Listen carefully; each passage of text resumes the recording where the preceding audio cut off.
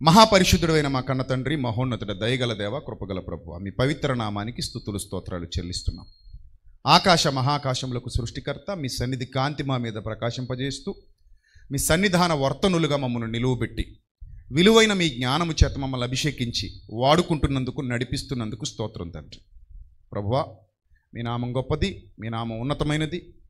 మీ నామాన్ని బట్టి మేము ఆనందపడుతున్నాం, సంతోషపడుతున్నాం. ఈరోజు ఈ సన్నిధిలో ఈ అద్భుతమైనటువంటి అవకాశాన్ని మాకు ఇచ్చి ప్రజలందరూ తండ్రి మీ యొక్క సత్యాన్ని ఎరగడానికి తండ్రి మీ పిల్లలమైన మమ్మల్ని అందరినీ ఒక వేదిక మీద జతపరిచినందుకు ఏమిచ్చి మీ రుణం తీర్చుకోగలం తండ్రి. ప్రభా, మీ సహాయము చేత మమ్మల్ని ప్రభా ఆదరించి మరిన్ని విలువైన సంగతులు మీ బిడ్డలకు మీ దాసుల ద్వారా నేర్పించమని, మీ దాసులిద్దరినీ మీరు వాడుకొని రాత్రి వేళ అనేకమైన సంగతులు మాకు ఉపదేశించమని, ఘనత, మహిమ, ప్రభావములు మీకు మాత్రమే చెల్లిస్తూ యేసుక్రీస్తు ప్రభు వారి దివ్యనామంలో ఈ ప్రార్థన మనవులు సమర్పించి మీ వద్ద నుండి జవాబు పొందుకుంటున్నాం మా కన్న తండ్రి. ఆమేన్. దయచేసి అందరూ కూర్చోండి. ప్రియులారా, ఒక విలువైన పాయింట్ చెప్తాను. అంటే ఇంకా మనం 2 రోజులు ఉన్నాయి, మనం ఇంకా మాట్లాడుకోవడానికి చాలా విషయాలు. సో ఇంకా చాలామంది మాట్లాడబోతున్నారు ఈ వేదిక మీద నుండి. నేను కొన్ని పాయింట్స్ చెప్పేసి నేను నా మాటలు ముగిస్తాను. దయచేసి జాగ్రత్తగా వినండి. పిల్లలందరికీ చెప్తున్నాను, ఎమ్మెల్యే గారు వచ్చినప్పుడు దయచేసి మీరు రిసీవ్ చేసుకుని తీసుకొచ్చి కూర్చోబెట్టండి ప్లీజ్. రైట్. దేవుని వాక్యం తరాలలో, యుగాలలో మరుగైన మహాజ్ఞాన సంపద. చాలామంది ఈ మహాజ్ఞాన సంపదని అర్థం చేసుకునే క్రమంలో అపార్థాల వైపు వెళ్ళారు. అందులో ముఖ్యంగా ప్రపంచంలో చాలామంది ప్రజలు ఉన్నారు. ముఖ్యంగా ఈరోజు కొన్ని అపోహలు మీ కళ్ళ ముందు పెడతాను, దయచేసి జాగ్రత్తగా వినండి. అవి ఏంటంటే, యేసుక్రీస్తు ప్రభు అనగానే ఫస్ట్ యేసుక్రీస్తు ప్రభు అనగానే ముందుగా ఏమని చాలామంది అంటారు తెలుసా? ఆయన ఇంగ్లీష్ వాళ్ళ దేవుడు అంటారు. విన్నారు ఎప్పుడైనా? విన్నారా? ఇంకా దారుణం, అమెరికా వాళ్ళ దేవుడు అంటారు. విన్నారు ఎప్పుడైనా? ఎంతమంది విన్నారు? చేయి చూపించండి. అరే, మొత్తం అందరూ విన్నారు. అంటే ఇంతమంది అంటున్నప్పుడు మరి మీరు ఏం చేస్తున్నారు? తలూపేసి వచ్చేస్తున్నారా? అవునవును, మీరు అన్నట్టు అమెరికా వాళ్ళ దేవుడే, మీరు అన్నట్టు ఇంగ్లీష్ వాళ్ళ దేవుడే అని తలూపేసి వచ్చేస్తున్నారా?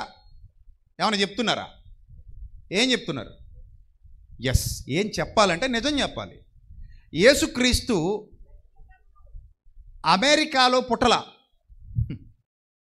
యేసుక్రీస్తు అమెరికాలో పుట్టల. ఆయన అమెరికా వాళ్ళకే దేవుడు కాదు, ఆయన జపాన్ వాళ్ళకే ప్రభువు కాదు. అసలు యేసుక్రీస్తు గురించి మాట్లాడితే, యేసుక్రీస్తు వెలుగునిచ్చే సూర్యుడు అని బైబిల్ చెబుతోంది. నీతి సూర్యుడు, ప్రపంచం కొరకు ఉదయించిన నీతి సూర్యుడు. ఆ నీతి సూర్యుడైన యేసుక్రీస్తు ప్రపంచ మధ్య భాగంలో ఇజ్రాయెల్ అనే ప్రాంతంలో ఆవిర్భవించటం జరిగింది. అంటే ఈ భూమి మీద అడుగు పెట్టడం జరిగింది. ఈ భూమి మీద అడుగు పెట్టడానికి ఆయన ఎంచుకున్న ప్రాంతం అది. ఇప్పుడు మీకు పాయింట్ చెప్తాను. ప్రపంచంలో మహానుభావులు చాలామంది ఉన్నారు. ప్రపంచం అంతా తెలిసిన మహానుభావులు చాలామంది ఉన్నారు. వాళ్ళు ఏదో ఒక ప్రాంతానికి ల్యాండ్ అవ్వాలి. మన జాతి పిత ఎవరు? మహాత్మా గాంధీ. రైటా? రైట్. మీ ఊళ్ళో పుట్టాడేటి? మరి మీ రాష్ట్రంలో పుట్టాడా? మరి మీ జిల్లాలో పుట్టాడా? మరి మీ జిల్లాలో పుట్టని, మీ మండలంలో పుట్టని, మీ రాష్ట్రంలో పుట్టని, మీ భాషలో పుట్టని వ్యక్తిని జాతి పితగా ఎలా గౌరవిస్తున్నామని ఎవరైనా అంటే ఏమని సమాధానం చెబుతాం? వెంటనే ఏమంటాం? మా దేశంలో పుట్టాడు అంటాం. ఏమంటాం? మా దేశం. గట్టిగా మాట్లాడితే ఏమంటాం? మా దేశం. గుజరాత్లోని పోరుబందరులో జన్మించాడు. ఎవరు? మహాత్మా గాంధీ. మోహన్ దాస్ కరమ్చంద్ గాంధీ. మహాత్మా గాంధీ అక్కడ పుట్టి ఇంగ్లాండ్కి వెళ్ళి అనేకమైనటువంటి అవమానాలు పొంది అక్కడే బారిస్టర్ లా చేసి మరలా ఇండియాకు తిరిగి వచ్చి అక్కడ పొందిన అవమానాలన్నీ దృష్టిలో పెట్టుకొని తనని ట్రైన్లోంచి గింటేశారన్న ఒక్క కారణంతో, తనని ట్రైన్లో ఆ స్పెషల్ బోగీలో నుంచి తప్పించేశారన్న ఒక్క కారణంతో ఈ వివక్షను కళ్ళారా చూసి మళ్ళీ ఇండియాకు వచ్చి ఇండియాలో కూడా ఈ వివక్షలాగే కొనసాగుతుందని గట్టిగా కంకణం కట్టుకుని ఎట్టి పరిస్థితుల్లోనూ మన భారతదేశానికి స్వతంత్రం తేవాలన్న కాంక్షతో గట్టిగా పనిచేసి అహింసా మార్గాన్ని ఎంచుకొని స్వతంత్ర పోరాటం సాధించి శాంతియుతంగా మొత్తం మీద భారతదేశానికి 1947లో స్వతంత్రాన్ని తీసుకొచ్చారు. ఆయనతో పాటు చాలామంది కలిసి కష్టపడటం వల్ల, వారు చేసిన కృషి వల్ల భారతదేశం మొత్తానికి ఏమొచ్చింది? స్వతంత్రం వచ్చింది. అందుకని భారతదేశం మొత్తం ఆయన ఏమని గౌరవిస్తోంది? మా జాతికి తండ్రి. పిత అంటే అర్థం ఏంటి? తండ్రి. అందుకే ప్రతి నోటు మీద ఆయన బొమ్మ ఉంది. ఉందా లేదా? 10 రూపాయలు మొదలుకొని నిన్న మొన్న రద్దు చేసినటువంటి 2000 వరకు, ఇప్పుడు లేదులేండి, 2000 వరకు ఎవరు బొమ్మ వేసాం? గాంధీ తాత బొమ్మ వేసాం, గౌరవించాం. సో దాని అర్థం ఏంటంటే, ఇక్కడ ఒక దేశం అన్నప్పుడు ఒక దేశం మొత్తం భాషలకు అతీతంగా, నార్త్ కానీ సౌత్ కానీ భాషలకు అతీతంగా గాంధీ మహాత్ముడిని గౌరవించినప్పుడు ఆయన ఎక్కడ ల్యాండ్ అయ్యాడు అనే ప్రశ్న ఇప్పటికీ మనకు లేదు. అక్టోబర్ 2 గాంధీ జయంతి తెలుగువారు జరుపుకుంటారు, తమిళవారు జరుపుకుంటారు, మలయాళీలు జరుపుకుంటారు, కన్నడిగులు జరుపుకుంటారు, నార్త్లో ఉన్నటువంటి వాళ్ళందరూ జరుపుకుంటారు. ఒక్కో రాష్ట్రంలో ఒక్కో కల్చర్ ఉంటుంది. పంజాబ్ కల్చర్ వేరు, బీహార్ కల్చర్ వేరు, అరుణాచల్ ప్రదేశ్ కల్చర్ వేరు, మొన్న జరిగిన సంఘటనలో మణిపూర్ కల్చర్ వేరు. ఇలా నార్త్లో కూడా రకరకాల కల్చర్స్ ఉంటాయి. రాజస్థాన్ కల్చర్ వేరు. అయినా కూడా అన్ని కల్చర్స్ కలిసి అక్టోబర్ 2 గాంధీ జయంతి, గాంధీ గారు మా అందరికీ ఏమంటున్నాం? పితా అని గౌరవిస్తున్నాం. రైట్? మరి అలాంటప్పుడు ఒక వ్యక్తికి దేశంలోని రాష్ట్రాలకు, దేశంలోని ఆయా భిన్న మతాలకు, దేశంలోని ఆయా భిన్న జాతులకు, ఆయా భిన్న ప్రాంతాలకు, వర్గాలకు సంబంధం లేకుండా ఒక వ్యక్తి జాతి పిత అయినప్పుడు, సర్వోన్నతుడైన దేవుని కుమారుడు పరలోకం నుంచి భూలోకానికి శరీరధారిగా ల్యాండ్ అవ్వాల్సి వచ్చినప్పుడు అన్ని దేశాలలో ల్యాండ్ అవటం వీలు పడుతుందా? వీలు పడదు. ఒకవేళ ఈ క్రైటీరియా ప్రకారంగా మాట్లాడదలిస్తే, వేరే దేశంలో పుట్టిన ఆయన మన దేశానికి దేవుడుగాడు అని ఒకవేళ ఎవరైనా మూర్ఖంగా మాట్లాడితే నేను అంటాను, మన దేశంలో పుట్టిన వారు మరి ఇతర దేశాలకు కూడా దేవుళ్ళు కారని వాళ్ళు అంటారుగా. ఈ ఊరికి ఆ ఊరు ఎంత దూరమో ఆ ఊరికి ఈ ఊరు కూడా అంతే దూరంగా. మరి అప్పుడు దాన్ని యాక్సెప్ట్ చేయగలిగే గుండె ధైర్యం ఉందా? లేదు. ఆ మధ్య కాకినాడలో ఒక ఆయన అన్నారు, ఒక స్వామీజీ, ఇక్కడ సిమ్ములు ఇక్కడే పనిచేస్తాయట, అక్కడ సిమ్ములు అక్కడే పనిచేస్తాయట, అక్కడ సిమ్ములు ఇక్కడ పనిచేయవట, ఇక్కడ సిమ్ములు అక్కడ పనిచేయవట. ఆయనకి తెలియని విషయం ఏంటంటే యూనివర్సల్ సిమ్ములు కూడా ఉన్నాయి. ఇంటర్నేషనల్ రోమింగ్ అని ఒకటి ఉంటుంది. ఆ ఇంటర్నేషనల్ రోమింగ్ యాక్టివేట్ చేసుకుంటే నీ సిమ్ము ఏ దేశానికి వెళ్ళినా పనిచేస్తుంది బిడ్డ. ఆయన ఇంటర్నేషనల్ బిడ్డ, నాట్ నేషనల్. ఆయన ఎవరు?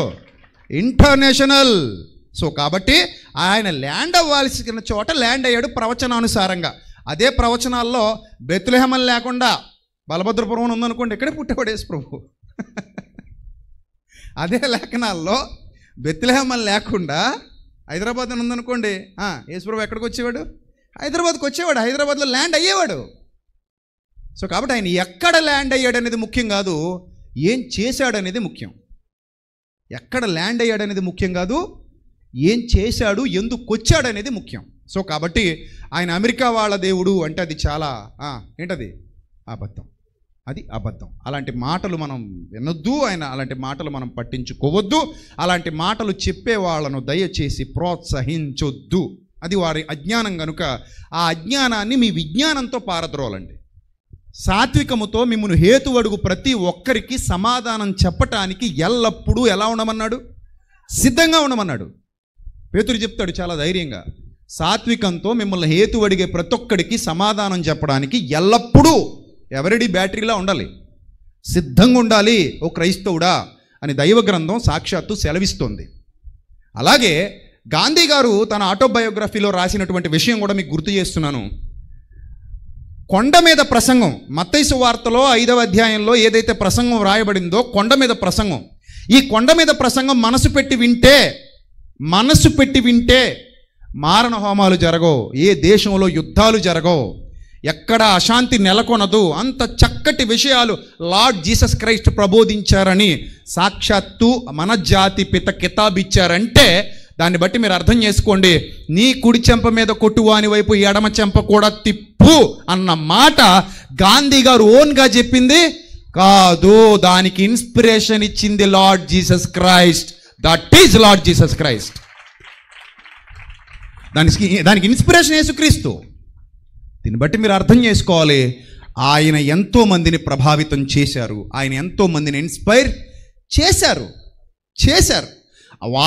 ఆయన వలన ఇన్స్పైర్ అయిన వాళ్ళే ప్రపంచవ్యాప్తంగా ఎన్నో కాలేజీలు స్థాపించారు, ప్రపంచవ్యాప్తంగా ఎన్నో అనాథ శరణాలయాలు స్థాపించారు, ప్రపంచవ్యాప్తంగా ఎంతోమందికి చేయూతనిచ్చే విధంగా కష్టపడ్డారు, శ్రమపడ్డారు.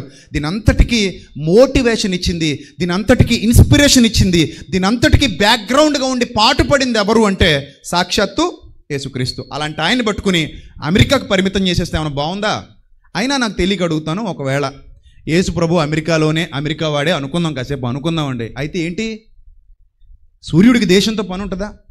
ఇప్పుడు మనకు పగలు, ఇప్పుడు మనకు రాత్రి, అమెరికాలో ఏంటి పగలు, మరలా అమెరికా వాళ్ళకి రాత్రి అయితే మనకి పగలు, అవునా? ఈ భూమి తిరుగుతూ ఉంది కాబట్టి, తన చుట్టూ తాను తిరుగుతూ సూర్యుని చుట్టూ తిరుగుతోంది కాబట్టి, అటు వెళ్తే అక్కడ, ఇటు వెళ్తే ఇక్కడ, పగలు రాత్రి వేరువేరుగా మనకి టైమింగ్స్తో సహా వేరువేరుగా వస్తున్నాయి. ఇప్పుడు మనం యూనివర్సల్ అయిపోయాం. ఎప్పుడో బాబేలు గోపురం కట్టినప్పుడు ఒక్కటే భాష ఒకటే పలుకు అంటే దేవుడికి నచ్చక తారుమారు చేశారు. కానీ ఇప్పుడు ఒక్కటే భాష ఒకటే పలుకు ఇంచుమించుగా ఏమవుతుంది, ప్రపంచమంతా విస్తరిస్తోంది. ఒకటే భాష ఒకటే పలుకు అంటే మీరు అర్థం చేసుకోవాలి, ఇంగ్లీష్ లేని దేశం లేదు కదా. ఈవెన్ మన మొబైల్లో కూడా ఏం వాడుతున్నాం మనం, ఇంగ్లీష్ వాడుతున్నాం. ఎక్కడో అరాకొరా ఉంటారు తెలుగు వాడేవారు. ఎక్కువ శాతం ఇంగ్లీష్ మీద డిపెండ్ అయిపోతుంది వరల్డ్. అంటే ఇంగ్లీషు భాషని వాడుతున్నావా వాడట్లేదా? మన పిల్లలకు చదివిస్తున్నావా ఇంగ్లీష్ మీడియంలో? అంటే అడాప్ట్ చేసుకున్నావా లేదా చెప్పండి? అడాప్ట్ చేసుకున్నావు. వద్దంటావా చెప్పండి? ఎందుకు వద్దంటామండి? మంచి ఎక్కడున్నా మంచే. ఈ ఫోన్ ఏమైనా మన ఇండియాలో కనిపెట్టారా? ఇతర దేశాల్లో కనిపెట్టిందే. మనం ఏం చేస్తున్నాం, వాడుకుంటున్నాం. ఒక మాట నేను చెప్పనా, ఫోన్ లేకపోతే ఇక్కడ చాలామంది పక్షవాతం వచ్చి చచ్చిపోతారు. పొద్దున ఒక ఆయన అటు ఇటు తెగదిరిగేస్తున్నాడు, ఎవరన్నా ఆయన బీపీ ఏమైనా ఎక్కువైందా? లేదన్నా ఛార్జర్ ఎక్కడ ఉంటుందా అన్న అంటున్నాడు. ఛార్జింగ్ అయిపోయిందంట. ఏమైపోయిందంట? ఛార్జింగ్ అయిపోయిందంట. తెగదిరిగేస్తున్నాడు అటు ఇటు. బీపీ కానీ షుగర్ కానీ ఎక్కువైందంటే ఏమైనా టాబ్లెట్లు కావాలో కదా, అక్కడ స్టాల్లో ఇస్తారు, తెచ్చుకో ఫ్రీగా మెడిసిన్ ఇస్తున్నావు అక్కడ అంటే, లేదన్నా ఛార్జర్ ఎక్కడ దొరుకుతుందన్నా అర్జెంట్ అన్న అన్నాడు. వారు ఆయన అంటే ఇప్పుడు మొబైల్ లేకపోతే చాలామందికి ఏమొచ్చేస్తుంది, పెరాలసిస్ వచ్చేసేలాగా ఉంది. నిజంగా చాలామంది, అంటే ఈ మొబైల్ మంది కాదు, మరి ప్రపంచం అంతా విస్తరించేసింది. ఏదో దేశంలో కనిపెడుతున్నారు, ప్రపంచం అంతా విస్తరింపజేస్తున్నారు. మంచి ఎక్కడుంటే ఏంటండి? మంచికి దేశాలతో సంబంధం లేదు, మంచికి ప్రాంతాలతో సంబంధం లేదు. మంచి విస్తరిస్తూనే ఉంటుంది, మంచి వ్యాపిస్తూనే ఉంటుంది. యేసు ప్రభువు మంచివాడు, ఆయన ఉత్తముడు, ఆయన అందరికీ ప్రభువు, ఆయన అందరికీ ఉపకారి. మీకు ఒక విషయం చెప్తాను, చాలామంది మత ఉన్మాదంతో రగిలిపోతున్న వాళ్ళు యేసు ప్రభువుని గురించి చెడ్డగా చూపించే ప్రయత్నం చేస్తూ ఇంకొక చెడ్డ మాట మాట్లాడతారు. ఆయనండి భారతదేశంలో కులం తక్కువ వాళ్ళకి దేవుడు అండి అంటారు. ఎంత కుళ్ళు మాట అంటే ఇది. అసలు నిజంగా అలాగ అన్నవాడిని చెప్పు తీసి కొట్టాలి, రాజ్యాంగాన్ని అడ్డు పెట్టుకొని. మరి అంతే కదా. మరి కులం తక్కువ కులం ఎక్కువ అంటున్నాడంటేనే వాడు దొంగ. ఇప్పుడు దేవుడు కులానికో దేవుడు ఉంటాడా? మీరు చెప్పండి, మిమ్మల్ని అడుగుతా. కులానికో దేవుడు ఉంటాడా అసలు? కులానికో సూర్యుడు ఉన్నాడా? కులానికో చంద్రుడు ఉన్నాడా? లేడు. గాలికి కులం లేదు. మనం పీల్చుకుంటాం, వదులుతుంటాం, అందరం పీల్చుకుంటారు. గాలికి కులం లేదు. అలాగే సూర్యుడికి కులం లేదు, చంద్రుడికి కులం లేదు, వర్షానికి కులం లేదు. ఈ ప్రకృతిలో అసలు పార్షియాలిటీ లేదు. మరి పార్షియాలిటీ లేనప్పుడు కులం తక్కువ వాళ్ళని ఎలాగనగలుగుతున్నారు? బాగా ఆలోచించండి. అసలు అలా అనకూడదు, చాలా తప్పది. ఆ మాటే తప్పు కదా, ఆ మాటే తప్పు. అయినా మొన్న ఒక మాట చెప్పా, మనం ఎంత గొప్ప కులమైనా, ఎంత గొప్ప మతమైనా, ఎంత గొప్ప జాతి అయినా మానవత్వం ముందు అవన్నీ దిగదుడుపు. ఆమె రైట్ ఆర్ రాంగ్ చెప్పండి? మానవత్వం ముందు అవన్నీ దిగదుడుపు. అవునా కదా? ఎస్. ఇప్పుడు నేను పాయింట్ చెప్తాను. బాగా గొప్ప కులమోడు ఆ రోడ్డు మీద వెళ్ళిపోతుంటే లారీ గుద్దేసింది. బాగా గొప్ప కులమోడు రోడ్డు మీద వెళ్ళిపోతుంటే లారీ గుద్దేసింది. రక్తపు మడుగులో కొట్టుకుంటున్నాడు. నెంబర్ 1, అతన్ని ఇప్పుడు హాస్పిటల్కి తీసుకెళ్ళడానికి ఒక వ్యక్తి కావాలి. అంతకంటే ముందు అతని కోసం అంబులెన్స్ రప్పించడానికి ఒక ఫోన్ చేసే వ్యక్తి కావాలి. ఫోన్ చేయాలి. నా కులవాడే ఫోన్ చేయాలంటే రిస్ట్రిక్షన్ పెట్టుకో. వచ్చిన వాళ్ళ అడుగు, బాబు ఫోన్ చేస్తావా? చేస్తాను బాబా, రక్తం మడుగులో కొట్టుకుంటున్నావు కదా, ఫోన్ చేస్తా. నీదేం కులం నాయనా? మా ఉట్లేనా మీరు? మా ఉట్లు కాదా మీరు? మీ ఉట్లు కాదండి, మేము వేరే ఉట్లు అండి, మా ఉట్లు వేరుగా ఉంటాయండి అన్నప్పుడు, అయితే వద్దు నాయన నా కోసం ఫోన్ చేయకు, ఇక్కడ ఏమన్నా మా ఉట్లు ఉన్నారేమో అడుగు నాయన, 108కి ఫోన్ చేయడానికి మా ఉట్లు ఎవరున్నారేమో అడుగు నాయన అన్నాడు అనుకో, ఏమంటాడు? ఆ పోయే రక్తం ఇంకొంచెం ఎక్కువ పోవాలని పేగ మీద అడిగేసి తొక్కేసి వెళ్ళిపోతాడు, దరిద్రం వదిలిపోద్ది. అంతేనా? అంటే ఫస్ట్ పాయింట్, నీ కోసం ఫోన్ చేయడానికి ఒకడు కావాలి, ఆడు ఏ కులం వాడైనా నీకు పర్లేదు. అక్కడ మానవత్వం కనబడుతుంది, కులం కనబడదు. పాయింట్ నెంబర్ 2, అంబులెన్స్ డ్రైవర్ రావాలి, నిన్ను ఎక్కించుకోవాలి, హాస్పిటల్కి తీసుకెళ్ళాలి, హాస్పిటల్లో జాయిన్ చేయాలి. అక్కడ కులం కనబడదు. అక్కడ అసలు సిసలైంది నర్సులు, కాంపౌండర్లు. మన కులమేనేటి? వాళ్ళ ముందు రావాలి, డాక్టర్ రాడు ముందు. ఎవరు వస్తారు? నర్సులు వస్తారు. వాళ్ళు వచ్చి చూస్తారు, చూసి అసలు ఇష్యూ ఎంతవరకు జరిగింది, సీరియస్నెస్ ఎంతవరకు ఉంది, పర్లేదా, చస్తాడా, బతుకుతాడా, డాక్టర్ గారికి ఫోన్ చేయాలా, మనం ఏమైనా ఫస్ట్ ఎయిడ్ చేయగలమా, ఇవన్నీ ఆలోచించిన తర్వాత అప్పుడు కదా లోపలికి షిఫ్ట్ చేస్తారు. ఐసీయూలో పెట్టాలా, మామూలు వార్డులో పెట్టాలా, ఆపరేషన్ థియేటర్ తీసుకుపోవాలా, స్ప్రోలో ఉన్నాడా లేదా, అసలు ఏ ఇంజక్షన్ ఇవ్వాలి, ఏ ట్యాబ్లెట్ ఇవ్వాలి, వీళ్ళకి ఆల్రెడీ ఒక ఐడియా ఉంటుంది. ఎందుకంటే రోజు ఇలాంటి కార్యక్రమాలు తెగ చూస్తుంటారు. వాళ్ళు మనకు కొత్త, వాళ్ళకి కొత్త కాదు, వాళ్ళకి పాతే కదా. సరే, ఇప్పుడు వాళ్ళు మన కులం వాళ్ళు అయి ఉండాలి, అవుతుందా? అవ్వదు. రెండోది, ఇప్పుడు డాక్టర్ గారు వచ్చి వైద్యం చేయాలి నీకు. మీ కులం డాక్టరే ఉండాలా? చెప్పండి, మీ కులం డాక్టరే ఉండాలా? డాక్టర్ కులం ఉందా? ఇప్పుడు తెల్లకోటికి స్టెతస్కోప్కి ఏమీ లేదు, కులం లేదు. ప్రతి గుండె చప్పుడు ఆ స్టెతస్కోప్ వింటదే, ప్రతి మనిషి శరీరాన్ని ఆ తెల్లకోటు పరీక్షిస్తుంది. That is doctor. ఇది నీకు అర్థమైతే పరమవైద్యుడికి ఎక్కడుందబ్బా కులం? పరమవైద్యుడికి ఎక్కడుంది కులం? ఏ కులముడైనా పరమవైద్యుడి దగ్గరికి వెళ్ళొచ్చు. ఆయన హృదయాన్ని బాగు చేసే వైద్యుడని సమాజానికి ఎలుగెత్తి చాటి చెప్పు. He is the real heavenly doctor, lord Jesus Christ. చెప్పు, సమాజానికి ఎలుగెత్తి చాటి చెప్పు. సో మానవత్వం ముందు కులతత్వం ఏం అవ్వట్లేదు, పనికి రాకుండా పోతుంది. మానవత్వం దాన్ని దాటి ముందుకెళ్ళిపోతుంది. సో మనం అప్డేట్ అవ్వాలి. మనం 2025లో ఉన్నామండి. మనం 16వ శతాబ్దంలో లేము, 18వ శతాబ్దంలో లేము. మనం ఎక్కడున్నాం? 2025లో ఉన్నాం. బుర్ర పెరగాలి కదా. ఇంకా బుర్ర పెరగకపోతే అట, కొంచెమైనా జ్ఞానం పెరగాలి కదా, వివేకం పెరగాలి కదా, మన ఆలోచనలు పరిణతి చెందాలి కదా. ఈ పరిణతి చెందకుండా ఆయన ఆ పలానా కులం వాళ్ళ దేవుడటండి, మన కులానికి దేవుడు కాదటండి. ఎంత తప్పు మాట. ఒక మాట నేను చెప్తాను, జాగ్రత్తగా వినండి.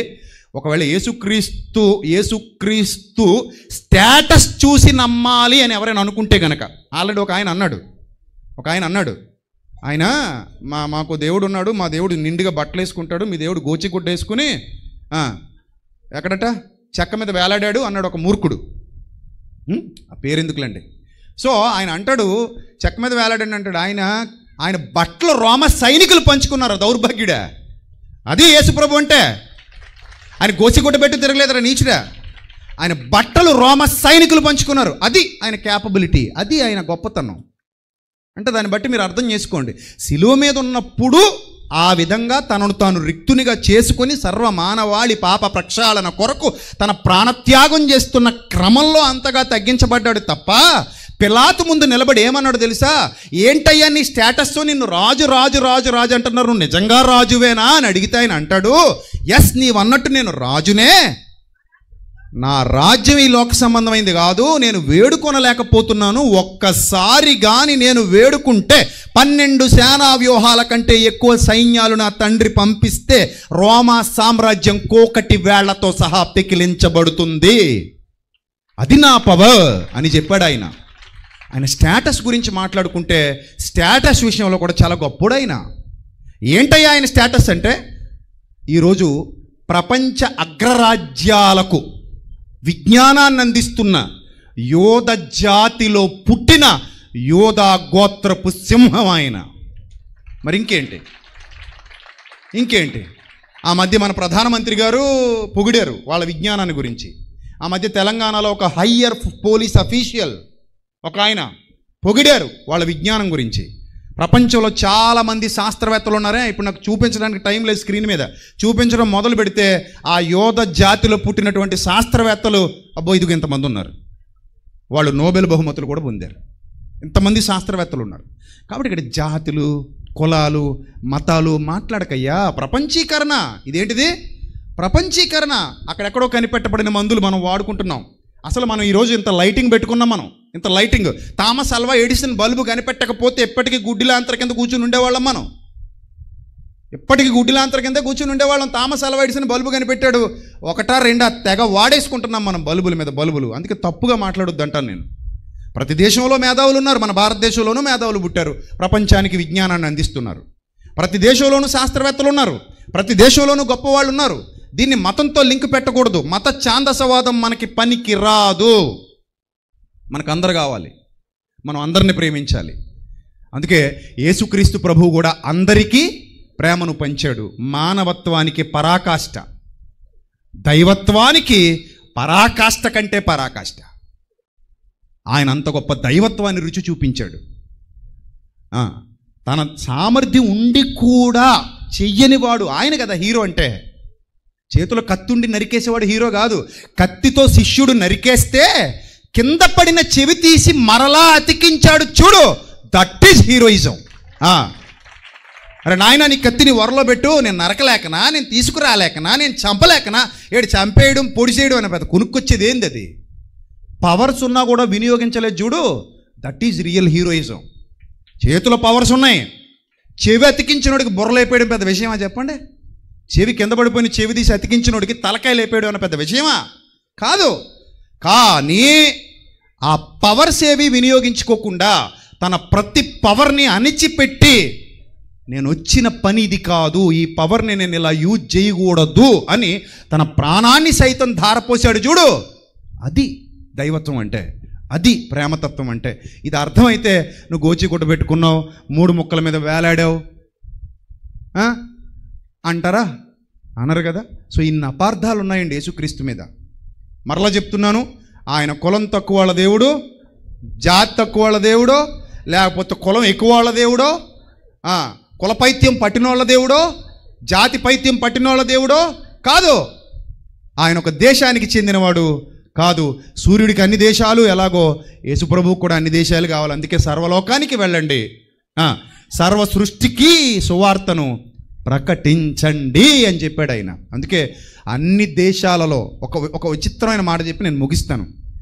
Guinness book of the world రికార్డ్స్లో నేటికి Guinness book of the world రికార్డ్స్లో అగ్రస్థానంలో అత్యంత వేగంగా ప్రచురించబడి అమ్ముడు పోతున్న పుస్తకం ఏదైనా ఉంది అంటే one and only the Bible.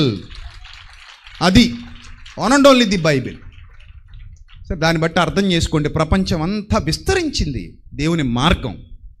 అందులో ఎక్కడ మత కల్లోలాలు లేవు. నీ మతం కాని వాడిని ద్వేషించని యేసుప్రభు చెప్పలా?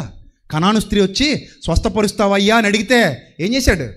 ఇశ్రాయేలీయులకు బుద్ధి చెప్పడానికి అన్నాడు, పిల్లలకు వేయినది కుక్క పిల్లలకు వేయటం న్యాయమా అంటే ఆవిడ ఇంకా తగ్గిపోయి, ఈయనకంటే తగ్గిపోయి పరీక్షలో పాస్ అవుతుంది. ఆయన పరీక్ష పెట్టాడు, ఈవిడ పరీక్షలో పాస్ అవుతుంది. ఏమంటుంది? అయ్యా, బల్ల మీద నుండి పడి మొక్కలు పిల్లలు తింటున్నప్పుడు బల్ల మీద నుండి పడి మొక్కలు కుక్క పిల్లలు కూడా తింటాయి కదయ్యా అంటే, అమ్మా నీ విశ్వాసం గొప్పది, ఈ ఇశ్రాయేలీయులు అందరికంటే కూడా గొప్ప విశ్వాసం ఇది అనేసరికి వాళ్ళ పళ్ళు కొరకడం మొదలెట్టారట. అంటే పక్క జాతి వారిని కూడా పొగడగలిగే మంచి మనసున్న గొప్ప యోధుడు ఆయన. యూదులకి ఎవరికి ఆ బుద్ధి ఉండదు, పక్కోళ్ళని పొగడరాళ్ళు, సమరయుల్ని చీపుగా చూస్తారు, సమరయులతో భోజనం చేయరు. కానీ పక్క ఆవిడ్ని కూడా, పక్క జాతి ఆవిడ్ని కూడా ఎవరైతే తక్కువ అని అందరితో అనిపించుకుని వాళ్ళను కూడా పొగడగలిగే సామర్థ్యం ఉన్నవాడు ఎవరు? యేసుక్రీస్తు. కాబట్టి మరలా చెప్తున్నా, మొదటిది ఆయన ఒక దేశానికి చెందినోడు కాదు, రెండోది ఆయన ఒక కులానికి చెందినోడు కాదు, మూడోది ఆయన ఒక మతానికి చెందినోడు కాదు, ఒక మతానికి చెందినోడు కూడా కాదు. ప్రపంచానికి అవసరమైన జ్ఞానాన్ని అందించడానికి పరలోకం నుండి ఈ లోకానికి వచ్చి తన ప్రేమను చూపించి నిన్ను వలే నీ పొరుగువాడిని ప్రేమించు ఫస్ట్ చెప్పాడు. నిన్ను వలే నీ పొరుగువాడిని ప్రేమించు ఫస్ట్ చెప్పాడు. World first sentence, world first sentence రాసి పెట్టుకోండి కావాలంటే. ది వరల్డ్ ఫస్ట్ సెంటెన్స్, నిన్ను వలే నీ పొరుగువాడిని ప్రేమించు. యేసు ప్రభు వారి డైలాగ్ అది, వన్ అండ్ ఓన్లీ. యేసు ప్రభు వారి వన్ అండ్ ఓన్లీ స్టేట్మెంట్ అది.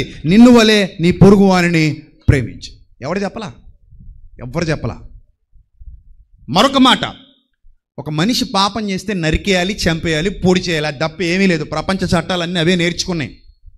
నాటి అనాగరిక చట్టాల నుంచి నేటి ఆధునిక చట్టాల వరకు మనిషికి క్షమాభిక్ష కూడా పెట్టి చచ్చిపోకుండా మారడానికి మరో అవకాశం ఇవ్వచ్చు అనే దానికి మొట్టమొదట పునాది వేసింది the Lord Jesus Christ first in the history. కావాలంటే వెతుక్కోండి. First in the history the Lord Jesus Christ. ఇంతకంటే ఏం చెప్పాలి నేను? అంత గొప్ప యోధుడు, ఆయన పట్టుకొని చులకనగా మాట్లాడడం, చీపుగా మాట్లాడడం, తప్పుగా మాట్లాడడం తప్పు కదా. సోషల్ మీడియా ఉంది కదా అని నోటుకొచ్చినట్టు మాట్లాడడం తప్పు కదా, తప్పా కాదా? ఆయనలో ఏమైనా పోనీ ఒక మాట చెప్పేసి నేను క్లోజ్ చేసేస్తాను, అయిపోయింది, నా టైం అయిపోయింది. అందరి ఎదుట బాహాటంగా నేను ఒక మాట చెప్తున్నాను. యేసు ప్రభువు వద్దు, మనకి వ్యతిరేకిద్దాం. ఆయన్ని నమ్ముతానన్న వాడిని కూడా వ్యతిరేకిద్దాం, ఆయన గురించి మాట్లాడేవాడిని కూడా వ్యతిరేకిద్దాం అని ఒకవేళ ఎవరైనా అంటే గనక వాళ్ళందరికీ నేను విసిరే ఛాలెంజ్ ఒకటే, ఏంటంటే ఈ కారణం చేత, ఈ మచ్చ ఉండడం చేత, ఈ తప్పుడు బతకటం చేత, ఈ తప్పుడు పని చేయడం చేత, లేదా ఈ తప్పుడు సందేశాన్ని సమాజానికి ఇవ్వడం చేత ఆయన మన దేశానికి వద్దు, ఏ దేశానికి వద్దు, నిషేధింపబడిన వాడని ఎవడైనా ఈ ఆరిన నేల మీద అనగలిగితే నాకు యేసుక్రీస్తు వద్దు, నాకే కదా, ఎవరికి వద్దు. ఎవరన్నా అనగలరా? నాలో పాపం ఉన్నదని మీలో ఎవడు స్థాపించగలడని పబ్లిక్లో నిలబడి ఛాలెంజ్ చేసినటువంటి మహా గొప్ప రక్షకుడు. క్యారెక్టర్కి నిలువెత్తు నిర్వచనం యేసుక్రీస్తు. క్యారెక్టర్కి నిలువెత్తు నిర్వచనం. ఒక మంచి యవన దశలో ఎన్టీ రామారావు గారి పాట మీ అందరికీ చెప్పాను, మొన్న కూడా చెప్పాను. ఎన్టీ రామారావు గారి పాట, అది సినిమా పేరు నేరం నాది కాదు ఆకలిది. ఎస్, మంచి తెలివైనడు మీరు. నేరం నాది కాదు ఆకలిది. అందులో ఒక పాట ఉంది, ఎన్టీ రామారావు గారు ప్రభను నిలబెట్టి అందరూ కొడుతుంటే ఎప్పుడో ఎన్టీ రామారావు గారు పాడిన పాట. ఏమంటాడు ఆయన? మీలో పాపం చెయ్యని వాడు ఎవడో చెప్పండి. ఘంటసాల గారు పాడారేమో అది, మరి ఎవరు కేవి మహాదేవన్ పాడారో మనకు తెలీదు. మీలో పాపం చెయ్యని వాడు ఎవడో చెప్పండి అన్నాడు ఆయన. అన్నాడా? అది ఎవరిని కాపీ కొట్టారు మీరు చెప్పండి. ఎవరిని కాపీ కొట్టారు? యేసు ప్రభువుని కాపీ కొట్టారు. సినిమా హిట్ అయిందా? అవ్వలేదా? అయ్యింది. డబ్బులు వచ్చినాయి రాలేదా? బోధమే వచ్చినాయి. సీన్ పండిందా? పండలేదా? పండింది. అక్కడంత బాగా పండింది సీన్ అని సప్పట్లు కొట్టిన మహానుభావులారా, ఆ సీను తెర మీద పండడం కాదు, ఆ సీను నిజంగా చరిత్రలో పండింది. మరి దాని గొట్టమేటి చప్పట్లు? తెర మీద పండితేనే కొట్టావు చప్పట్లు. ఆ తెర మీద పండడానికి చరిత్రలో పండించిన మహానుభావుడు ఒక ఆయన ఉన్నాడు, the first, world first. Garikapati Narasimharao garu కూడా ఆ విషయాన్ని మాట్లాడారు. మీకు తెలుసు ఆ సంగతి, సోషల్ మీడియాలో చాలామంది షేర్ చేశారు గరికపాటి వారు మాట్లాడిన మాటలు. ఆయన చాలా మంచిగా మాట్లాడుతుంటారు గరికపాటి వారు. సో ఆయన మాట్లాడారు ఏమనంటే, ఒక స్త్రీ వచ్చినప్పుడు ఆ స్త్రీ మీలో పాపం చేయని వాడు ఎవడున్నాడో మొదట రాయండి. అసలు ఎవరికైనా వస్తాయి థాట్స్, ఎవరికైనా వస్తాయి థాట్స్. పలానా ఆమె విచారణలో దొరికేసింది, ప్రతోడు నీతిమంతుడు అయిపోతాడు. ఇప్పుడు వీడు ఎదవైనా కూడా మంచిగా మాట్లాడుతుంటాడు, బయటకు వచ్చి పెద్ద మనిషిలాగా బిల్డప్లు ఇస్తుంటాడు. ఏమంటాడు? అర్రే అంత పని చేసావా దుర్మార్గురాలా అంటాడు. ఇది కూడా దొరికితే దొంగే. ఏమంటాడు? దుర్మార్గురాలా అంత పని చేసావా, కొట్టి చంపేయండి దీన్ని అంటాడు. అలా కొట్టి చంపేయడానికి రెడీ అయిపోయారట, రాళ్ళు తీసుకుని వచ్చారట. ఆ సిచ్యువేషన్లో ట్విస్ట్ ఇవ్వడం ఎవడి వల్ల కాదు, ఆయన ఒక్కడి వల్లే సాధ్యం. నేల మీద కూర్చుని ఏమీ రాయిచుండను ఆయనకి తప్ప ఎవరికి తెలియదు. రాసిన ఆయనకు కూడా తెలియదు, అందుకే ఏమో రాయిచుండని రాశాడు. రాసిన యోహాన్ గారికి తెలిసి ఉంటే ఏం చెప్తుడు మనకి, ఇలా రాస్తున్నాడని చెప్తుడు. ఆయన కూడా తెలియక ఏమని చెప్పి రాశాడు అందులో, ఏమో రాయిచుండను. యోహాను కూడా తెలియదంట పాపం. ఏమో రాయిచుండను తెలియకుండానే రాసి ఉంటాడు, ఎందుకని కొత్త భాషలో రాసి ఉంటాడు, ఎందుకనే మంచిదని. వాళ్ళని కూడా కన్ఫ్యూజ్ చేయాలి కదా. అరే నా గురించి కానీ రాస్తున్నాడు అంటావా, ఏదో నా గురించే రాసి ఉంటాడు, మొన్న ఏదో చిలిపని చేసాం కదా కానీ రాసేస్తున్నాడేమో అని అనుకుని ఉంటాడు. మొత్తం మీద ఏమో రాయిచుండెను. రాసిన తర్వాత కనులెత్తి చూసి, అరే నాయన ఏంది కథ పంచాయతీ, ప్రభువా ఈమె వ్యభిచారము చేస్తుండగా పట్టుబడింది. దగ్గరుండి కెమెరాలు పెట్టారనమాట, సీసీ కెమెరాలు. అవును ప్రభువా, మా దగ్గర అప్పుడే ఈ టెక్నాలజీ ఉంది ప్రభువా. మరి ఏం చేయమంటారు? ధర్మశాస్త్రం ఏం చెప్తోందంటే రాళ్లతో కొట్టి చంపేయమంటుంది కదా ప్రభువా. అవును, మరి ఏం చేద్దాం? తెచ్చాం ప్రభువా. ఏం తెచ్చారు? రాళ్ళు ప్రభువా. ఓహో, రెడీగా వచ్చారన్నమాట. అన్నీ తెచ్చుకున్నారన్నమాట. ఓ తెచ్చుకున్నాం, మరి ఏం చేద్దాం ఇప్పుడు? కొట్టేద్దాం. అప్పుడు అన్నాడు, సరే కొట్టేద్దాం. షాక్ అవుతున్నారు వాళ్ళు, ఇదేంటిది వద్దంటాడు కదా అండు. సరే కొట్టేద్దాం. కొట్టే ముందు ఏం చేద్దాం అంటే చిన్న టెస్ట్ పెడతాను. మీలో పాపం చెయ్యనోడు ఫస్ట్ ట్రై వేసేయండి, తర్వాత మిగిలిన అందరూ వేసేయండి. ఇప్పుడు ఫస్ట్ ట్రై వేసేయండి. ఫస్ట్ ట్రై వేయడానికి ఒక క్వాలిఫికేషన్ కావాలి. ఆ క్వాలిఫికేషన్ ఉన్నోడు ఆ గుంపులోంచి ఒకడు రావాలి, అంతే. ఒకడు వస్తే చాలు. ఆయన అందరినీ అనలేదు అలాగా. ఆయన అందరినీ అన్నాడు అనుకుంటున్నారా? మీరందరూ పాపం చేయని వాళ్ళు అయితే రాళ్ళు వేయండి అనలేదు ఆయన. మీలో పాపం చేయని వాడు ఒకడు ఎవడో ఉన్నాడు కదా, వాడు ఫస్ట్ ట్రై వేసేస్తే ఆవిడ కొట్టేస్తే మిగిలిన అందరూ కొట్టిపోవచ్చు కదా హ్యాపీగా. అంటే అందరూ ఒకళ్ళ ముఖాలు ఒకళ్ళు చూసుకున్నారు. చేతులు ఏమో వణుకుతున్నాయి. ఎత్తుదాం అనుకుంటే ముందు ఆయన ఉన్నాడు, స్క్రీన్ వేసేస్తాడు అక్కడ. ఇలాంటిది మనకి ఇప్పుడు ఉంది, ఆయనకి అప్పుడే ఉంది. టెక్నాలజీకి బాబా ఆయన. స్క్రీన్ వేసేస్తాడు. కావాలంటే 5 రొట్టెలు 2 చిన్న చేపలు 1000 మందికి పంచిపెట్టినోడికి, నాయని విధవరాల కుమారుని పాటి దగ్గరికి వెళ్ళి శ్మశానంలో బతికించి తిరిగి పంపించినోడికి, లాజర్ 4 దినాలుగా శ్మశానంలో కుళ్ళిపోయిన శవాన్ని కమౌట్ అంటే బయటికి తెప్పించేసినోడికి ఒక స్క్రీన్ వేసి పాత కథ చూపించడం పెద్ద విషయమా? పెద్ద విషయం కాదుగా. వాళ్ళకి తెలిసి ఈయన పవర్ ఏంటో. అందుకని రాళ్ళు వణికి అన్ని రాళ్ళు అక్కడే వదిలేసి మాకెందుకని చెప్పి అలా గమ్మున ఉన్నారట. ఆయన మళ్ళీ ఏదో రాయిచుండెను. ఏమి రాస్తున్నావు ప్రభువా? పరదేశికి వెళ్ళాక చెప్తాను ఆయన. ఇప్పుడు చెప్పను ఆయన. పరలోకానికి వెళ్ళాక అడుగును ఆయన. ఇప్పుడు చెప్పను. సరే, ఆయన వదిలేశారు, అందరూ వదిలేశారు. ఇప్పుడు మొదలైంది ఒకటి తర్వాత ఒకటి జంపు జిల్లాని. ఇంకెవడు లేడు అక్కడ. చిన్నలు మొదలుకొని పెద్దల వరకు ఎవడు కాని రావట్లా. అందరూ పోయారు. అప్పుడు అన్నాడు, ఏమన్నాడు? అమ్మా ఒక యవనస్తురాలితో ఒక యవనస్తుడు మాట్లాడుతున్నాడు. Mind it. ఒక యవనస్తురాలితో ఒక యవనస్తుడు మాట్లాడుతున్నాడు. నేను ఎంత గర్వపడతానంటే ఆ సందర్భం, ఆ సన్నివేశం జరిగే సమయానికి యేసు ప్రభు నాకంటే వయసులో చిన్న ఆయన. ఇప్పుడు వేదిక మీద నిలబడి మాట్లాడుతున్న నాకంటే కూడా ఆ సన్నివేశం జరిగే సమయానికి ఆయన చిన్నవాడు, యవ్వనస్తుడు. 33.5 ఏళ్ళు సుమారు యవ్వన జీవితం కలిగిన ఒక యవ్వనస్తుడు ఒక యవ్వనస్తురాల్ని ఎదురుగా పెట్టుకుని మాట్లాడుతున్నాడు. ఏమన్నాడు? అమ్మా, ఎవరు నీ మీద రాయి వేయలేదా? అమ్మా, ఎవరు వేయలేదు ప్రభువా. ఎవరు నీకు శిక్ష విధించలేదు ప్రభువా. అప్పుడు అంటాడు ఒక వండర్ఫుల్ వర్డ్, నేనును నీకు శిక్ష విధింపను. అక్కడ ఆగండి ఒక్క క్షణం. నేనును విధింపనని ఎందుకన్నాడంటే ఒకవేళ రాయి వేసి కొట్టగలిగే సామర్థ్యం ఎవరికైనా ఉంటే అక్కడ యేసు ప్రభువుకు తప్ప ఎవ్వడికి లేదు. అది దాని అర్థం. కొడితే ఆయన ఒక్కడే కొట్టాలి. కొట్టేవాడే కొట్టనని క్షమాభిక్ష పెట్టి పంపిస్తే దెబ్బల మీద దెబ్బలు తినాల్సినోడు, దెబ్బల మీద దెబ్బలు తిని చావాల్సినోడు, చావు దెబ్బలు తినాల్సినోడు ఆయన గురించి మాట్లాడుతుంటాడు. నన్ను అడిగితే ధవళవర్ణుడి గురించి రత్నవర్ణుడి గురించి గోచి మొలతాడు లేనోడు మాట్లాడుతున్నాడు. ఇప్పుడు ఎంత చులకనగా ఉంటుంది అది. అంతేనా మరి? అంతే కదా మరి. కాబట్టి యేసు ప్రభువు నాలో పాపం ఉన్నదని మీలో ఎవరు స్థాపించగలరని ప్రపంచాన్ని సవాలు చేసి గెలిచినటువంటి మహాయోధుడు. ఆయన్ని ఎవ్వరూ తక్కువ చేసి దయచేసి మాట్లాడొద్దు. ఆయన అందరివాడు, కొందరివాడు కాడు. ఆయనకు భాష, కులం, మతం, జాతి, ప్రాంతం విభేదం ఏమీ లేదు. ఒకే ఒక్క మాట, ప్రేమకు ప్రాంతీయ విభేదాలు ఉంటాయా? ప్రేమకు జాతి విభేదాలు ఉంటాయా? ప్రేమకు మత విభేదాలు ఉంటాయా? ప్రేమకు కుల విభేదాలు ఉంటాయా? ఉండవు. Jesus is love. అంతే. దేవుని కుమారుడు యేసుక్రీస్తు ప్రేమయై ఉన్నాడు. కాబట్టి ఆ ప్రేమను స్వీకరించిన వాడికి ఆయన ఏంటో అర్థమవుతుంది. ఆ ప్రేమను ఆస్వాదించిన వాడికి ఆయన గొప్పతనం ఏంటో అర్థమవుతుంది. ఆయన ఔన్నత్యం ఏంటో అర్థమవుతుంది. ఆయన మహత్యం ఏంటో అర్థమవుతుంది. ఆయన హృదయంలోకి వస్తే ఏం జరుగుతుందో అర్థమవుతుంది. ఆయన హృదయంలోకి వస్తే ఎలాంటి వెలుగులు మన హృదయంలో ప్రసరిస్తాయో అర్థమవుతుంది.